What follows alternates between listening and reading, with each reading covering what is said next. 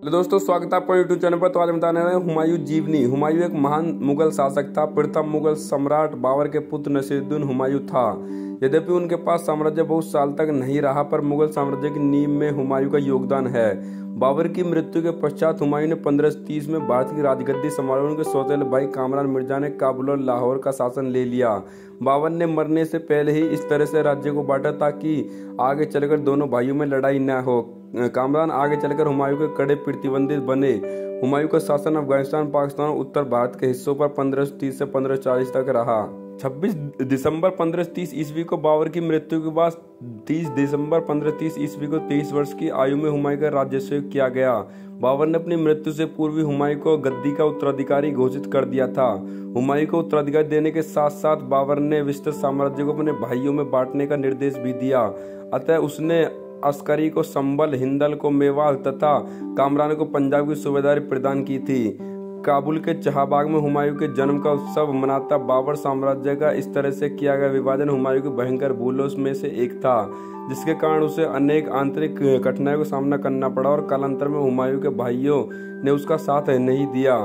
वास्तव में अविवेकपूर्ण ढंग से किया गया साम्राज्य का यह विभाजन कालांतर में हुमायूं के लिए घातक सिद्ध हुआ। यद्यपि उसे सबसे प्रबल शत्रु अफगान थे, किंतु भाइयों का असहयोग और हुमायूं के कुछ व्यक्ति कमजोरियां उसकी असफलता का कारण सिद्ध हुई।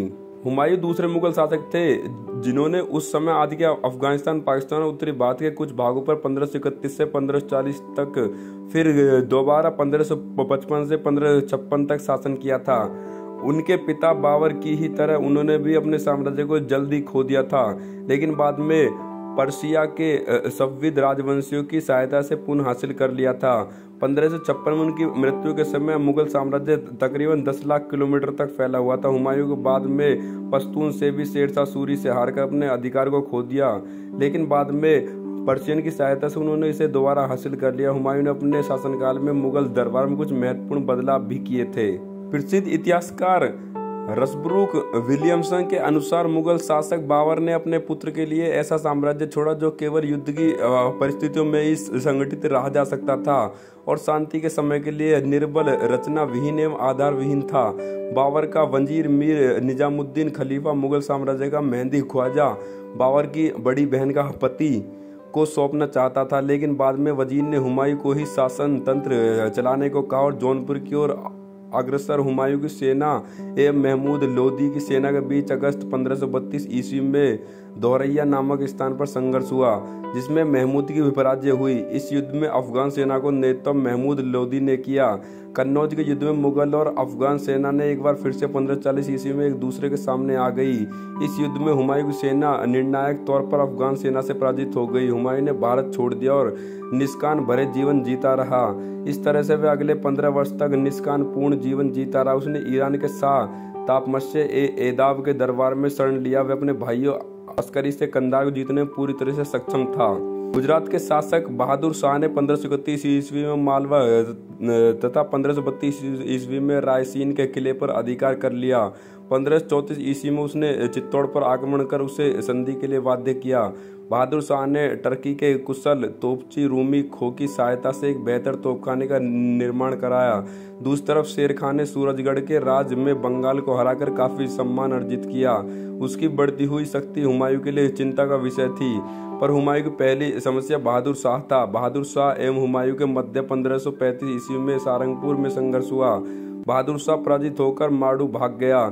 इस तरह हुमायूं द्वारा माड़ू एवं चमनार पर विजय के बाद मालवा एवं गुजरात उसके अधिकार में आ गए। इसके पश्चात बहादुर शाह ने चित्तौड़ पर घेरा डाला। चित्तौड़ के सहायक विक्रमादित्य की मां कर्णवती ने इस अवसर पर हुमायूं को राखी भेजकर उसे बहादुर शाह के विरुद्ध सहायता मांगी। हालांकि बहादुर शाह एक काफिर राज्य की सहायता न करने के निवेदन को हुमायूं द्वारा स्वीकार कर लिया गया। एक वर्ष के बाद बहादुर शाह ने पुर्तगालियों के सहयोग से पुनः 1536 ईस्वी में गुजरात एवं मालवा।